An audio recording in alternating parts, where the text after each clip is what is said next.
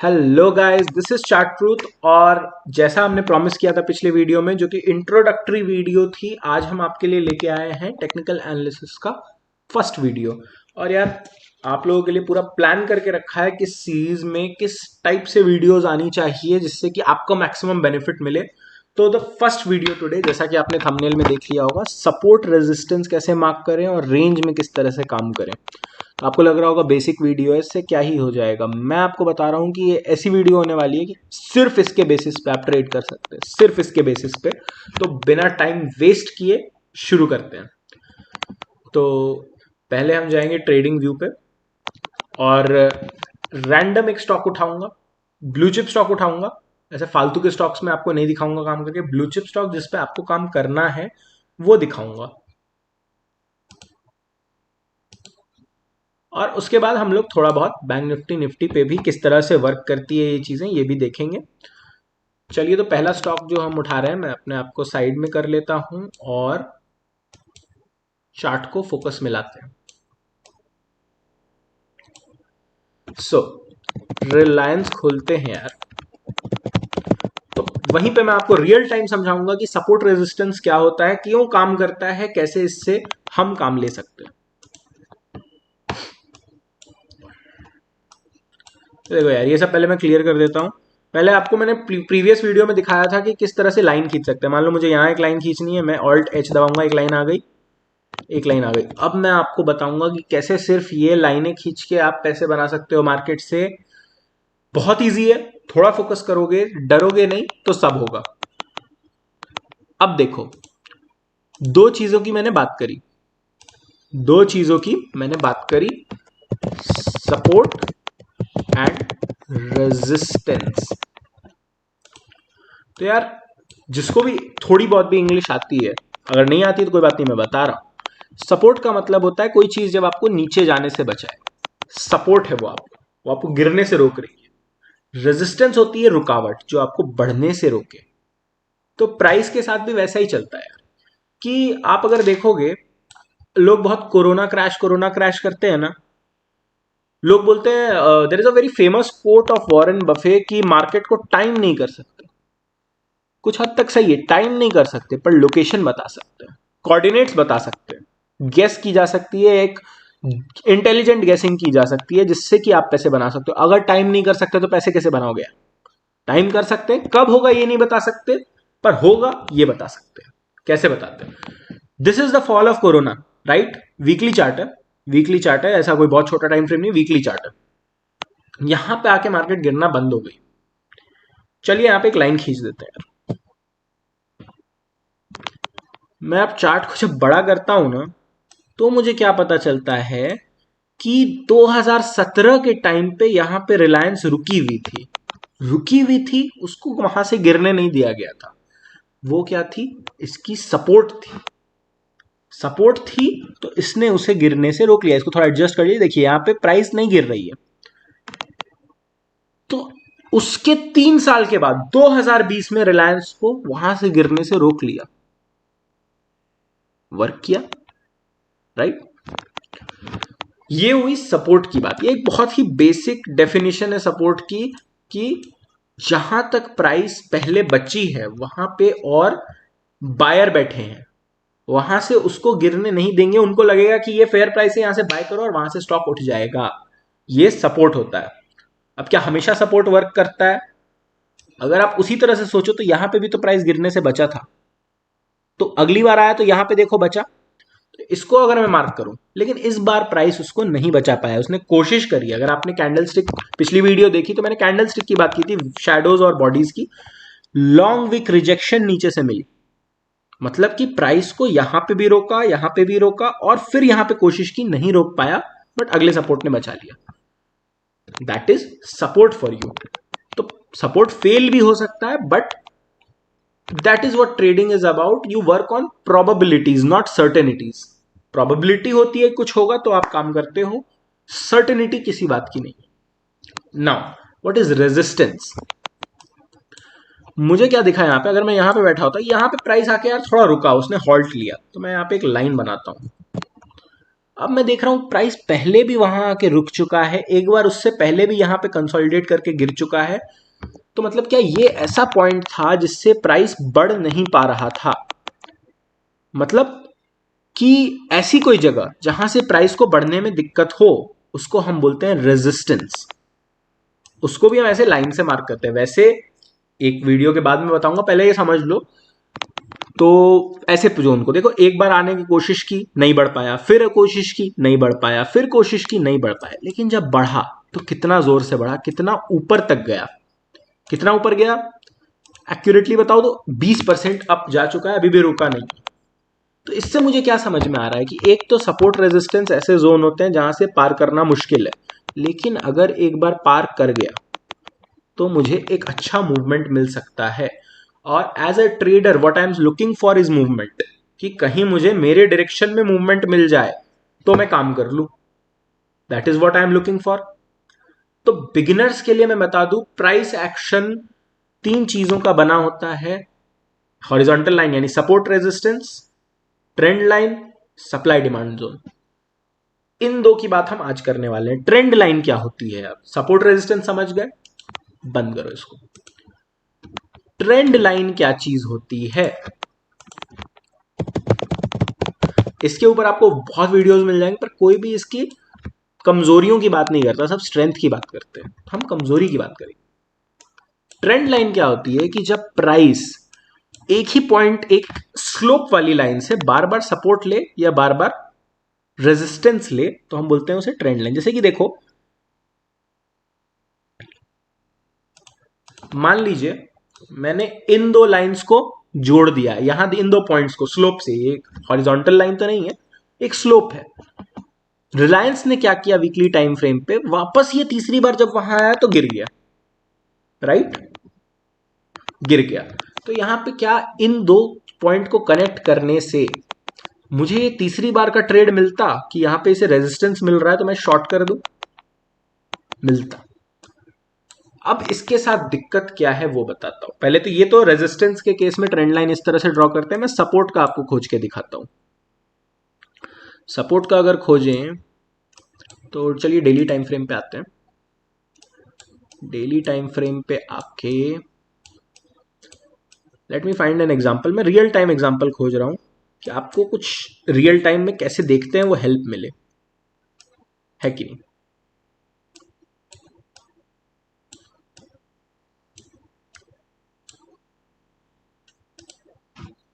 Stock मैंने change किया, Nifty है ये।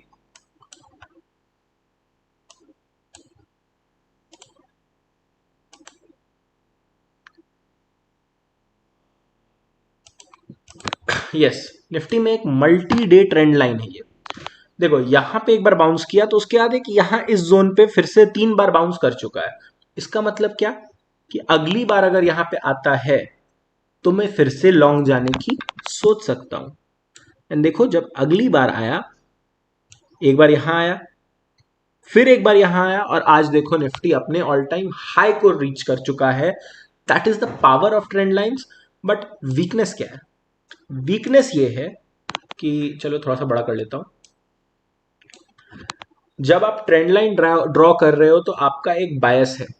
आप अपनी मर्जी से किन्हीं भी दो पॉइंट को जोड़ रहे हो, उनकी वैलिडिटी तब कंफर्म होगी जब वहां पे तीसरी बार प्राइस आता है। उसके पहले आपको पता नहीं कि आपने जो 2 पॉइंट ज्वाइन किए वो वैलिड है या नहीं है। That is the problem with trend lines. इस प्रॉब्लम को दूर कैसे करें, नहीं कर सकते। But trend lines when used with horizontal lines आपको बहुत अल्टीमेट लेवल के रिजल्ट दे सकते हैं। किस तरह से दे सकते हैं, शो करता हूं। और उसके बाद कुछ हम लोग एग्जांपल्स देखेंगे हॉरिजॉन्टल लाइन की। इस वीडियो को बंद कर देंगे, ज्यादा लंबा नहीं करेंगे, क्योंकि ज्यादा लंबा करने से क्या होता है कि वीडियो की आपको देखने में मजा नहीं आएगा, बोर हो जाओगे। मैं वो नहीं चाहता। यस,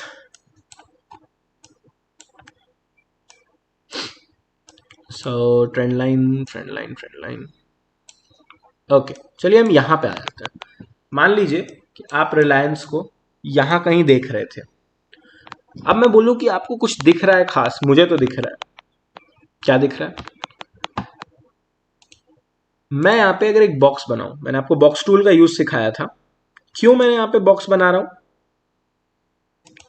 क्योंकि यहां पे आके प्राइस को रिजेक्शन मिला और फिर उसने तोड़ा तो यहाँ आके सपोर्ट ले रहा था, सपोर्ट ले रहा था बार बार, यहां आके रुक गया, यहां आके रुक गया, तो एक सपोर्ट भी है। This is the beautiful concept कि जब एक रेजिस्टेंस टूटता है तो वो सपोर्ट बन जाता है, और जब एक सपोर्ट टूट जाता है तो वो वापस रेजिस्टेंस बन जाता है प्राइस के लिए।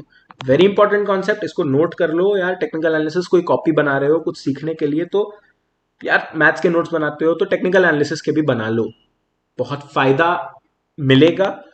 जब बार बार इसको कॉपी करोगे ना तो दिमाग में बैठ जाएगी चीजें। और मैं क्या देख रहा हूं कि एक डाउन ट्रेंड है, एक प्राइस जो है इस लाइन के ऊपर खुल नहीं पाया है कभी। हम लोग ओपनिंग क्लोजिंग देखते हैं, क्या हो रहा है कि आप बोलोगे ये कैंडल तो बाहर है, यार ये कैंडल बाहर है, क्या ये क्लोज बाहर हो पाई? नहीं, क्लोजिंग इसने अंदर दी, क्लोजिंग इसने अंदर दी। रेड कैंडल है तो ये बाहर खुला, तो इसने क्लोजिंग अंदर दे दी। तो इस लाइन के ऊपर देखो, ये विक, ये विक, ये विक, प्राइस कभी बढ़ नहीं पा रहा है इस ट्रेंड लाइन को तोड़ के। This is a perfect setup, support है स्ट्रॉन्ग, यहां पे ब्रेकआउट मिला मुझे, मैं यहां पे एक लॉन्ग एंट्री लूंगा। लॉन्ग एंट्री बनाते ही स्टॉप लॉस कहां रहेगा? इस मेजर सपोर्ट के थोड़ा नीचे, थोड़ा नीचे। और मेरा टारगेट क्या होना चाहिए? एटलीस्ट मैं 1:2 ट्राई करूं। 1:2 मुझे मिल रहा है क्या? एग्जैक्टली 1:2 से थोड़ा ज्यादा मिला, फिर एक पुल बैक आया लेकिन फिर बढ़ गया। और उसके बाद तो खैर अभी अच्छे टाइम पे पॉइंट पे रिलायंस चल रहा था, अभी एक पुल बैक आया। रिलायंस की प्रॉब्लम है, रिजल्ट के आसपास गड़बड़ा जाता है। So okay, so this was a very good example कि किस तरह से ट्रेंड लाइन और हॉरिजॉन्टल लाइन को साथ में यूज करके आप ट्रेड ले सकते हो। ये तो एक एग्जांपल हुआ, राइट? मैं आपको एक और एग्जांपल कोशिश करता हूं मैं खोज के आपको दिखा सकूं कि कैसे सपोर्ट रेजिस्टेंस के बेसिस पे, ट्रेंड लाइन भी छोड़ो, सिर्फ सपोर्ट रेजिस्टेंस के बेसिस पे आप ट्रेड लेते और सक्सेस हो जाती, सक्सेस हो जाती। और हाँ, मैंने बॉक्स क्यों यूज किया, लाइन क्यों नहीं यूज करी? देखो क्या होगा ना कि लेट्स मैं लाइन यूज करके आपको वहां पे दिखाता हूं। इसी जगह पे अगर मैं लाइन बनाऊं, मैं कहां पे बनाऊं यार? अगर मैं यहां लाइन बनाता हूं तो आप बोलोगे ये बॉडीज छूट गई। मैं अगर बॉडी पे लाइन बना दूं तो आप बोलोगे कि उसकी तो विक आ रही है, ये बॉडीज नहीं आ रही हैं। इसीलिए ये देखो, अगर ये दोनों में ले लूं तो मुझे एक परफेक्ट सेटअप मिलता। तो इसीलिए सपोर्ट रेजिस्टेंस, इसको कहीं नोट कर लो, सपोर्ट एंड रेजिस्टेंस